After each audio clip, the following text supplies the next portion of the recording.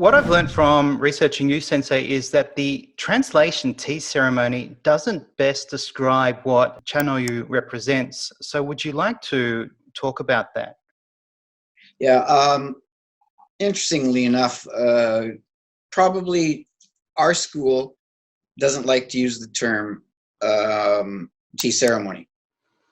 Other schools will use it, and to be perfectly honest, of late, even our schools tend to use it a little bit. It's because everybody knows it as the tea ceremony. Yes. But what we want to avoid is the ceremonial aspect of that. And so it's something that, if the Grand Tea Master or his father does a ceremonial serving in a temple or shrine or a cathedral even, that is more of a ceremonial style. But what we do in our everyday lives is, as I mentioned before, is to try to put these principles of harmony, respect, and purity and tranquility into balance. And so it's something that shouldn't be really ceremonial. Of course, looking at it from the outside, it might appear to be ceremonial, but the term that I prefer is chanoyu, which just means hot water for tea.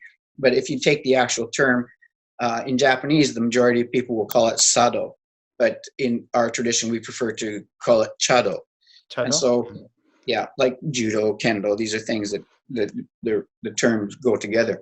And so it's something that just trying to bring it into everyday life would be the major point that I would try to say, is as far as not being, it's not that ceremonial. It might look it, but when you understand a little bit more about it, then you can see it's more of a practical basis. I understand. So I did have a tea ceremony experience a long time ago when I first went to Japan in '95 with my employer. And then on a recent trip, I had a far less formal. Essentially, it was just someone did make me a beautiful cup of matcha in a Kyoto garden without all the. It was actually outside, so in a sense, it Right. wasn't really a way of tea experience, but it still felt. Actually, that experience probably was more enjoyable than the first one, because I remember the first one. All I was thinking about was my sore legs after about Yes. 5 minutes of sitting on my knees.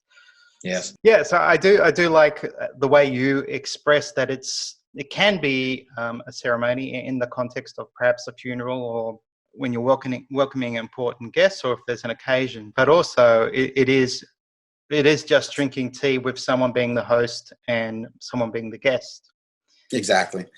At the end of the day, that's exactly what it is you're being served sweet with a bowl of tea, and that's what it is. But around that, of course, is built a complete art form. We say in Japanese, sogo bijutsu, sogo geijutsu, which means a complete art form unto itself. And so every aspect, I actually go into it in my book, is that the connection between a lot of the traditional Japanese arts and the way of tea, how they brought each other up, so to speak.